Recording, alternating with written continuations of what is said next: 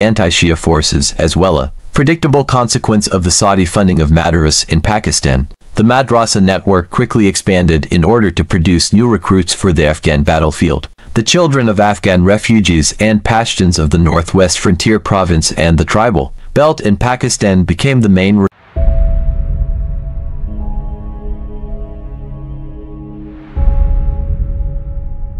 heightening sectarianism and the politicization of the Shia, 1978 to 2010. Domestic politics and regional events in the late 1970s transformed Pakistan in significant ways. First and foremost among them was the fall of Zulfiqar Ali Bhutto and the rise of another military dictator, General Zia in July 1977. Earlier that year, Bhutto had won an election whose results were contested by an umbrella group of Sunni religious political parties that called themselves the Pakistan Qaumi Ittehad (PNA), the Pakistan National Alliance, and took to the streets in large numbers. Never before had religious political parties exerted so much influence in Pakistan.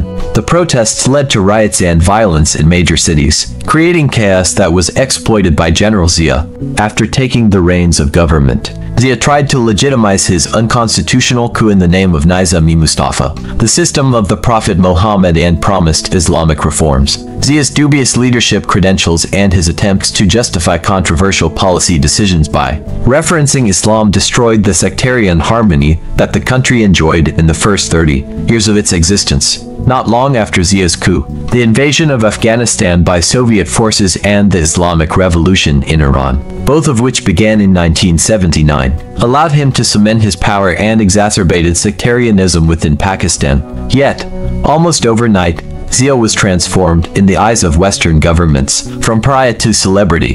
His new admirers hoped that Zia could help halt the Soviet march in Afghanistan through jihad, while also helping to contain a Shia-led revolution in Iran. Zia instructed Pakistan's army and intelligence organizations to begin supporting Afghan freedom fighters, with the United States and Saudi Arabia providing significant financial and military aid. The Soviets were their primary targets, but the jihadists who were groomed by Pakistan turned out to be anti-Shia forces as well. A predictable consequence of the Saudi funding of madrasas in Pakistan, the madrasa network quickly expanded in order to produce new recruits for the Afghan battlefield.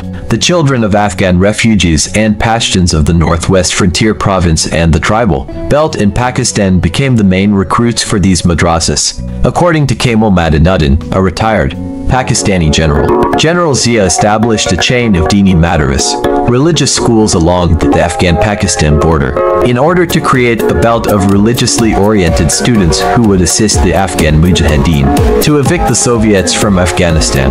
In the Shia community, the link between madrasas and militancy is far less significant than in the Sunni community. The Shia Madaris in Pakistan are organized through the Wafakal Madaris al-Shia WMS, an umbrella monitoring institute that manages a total of 415 madaris.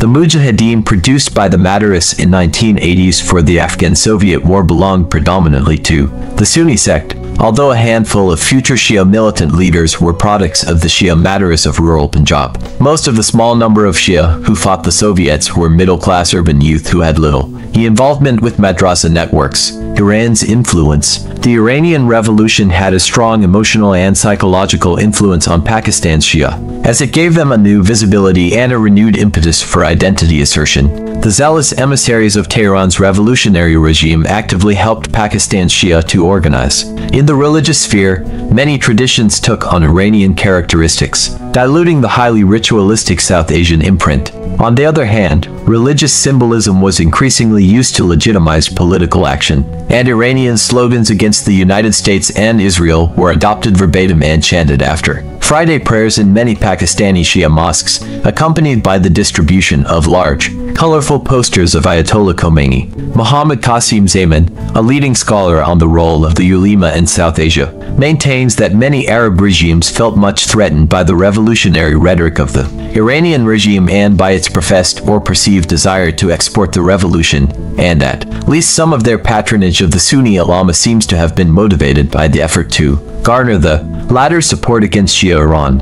Pakistani Deobandi and Al-Hadith Ulema, which are ideologically close to Saudi Wahhabism, and their madrasas were the major recipients of this patronage, which, in many instances, funded anti-Shia teachings and literature and consequently fueled a cycle of sectarian violence in Pakistan.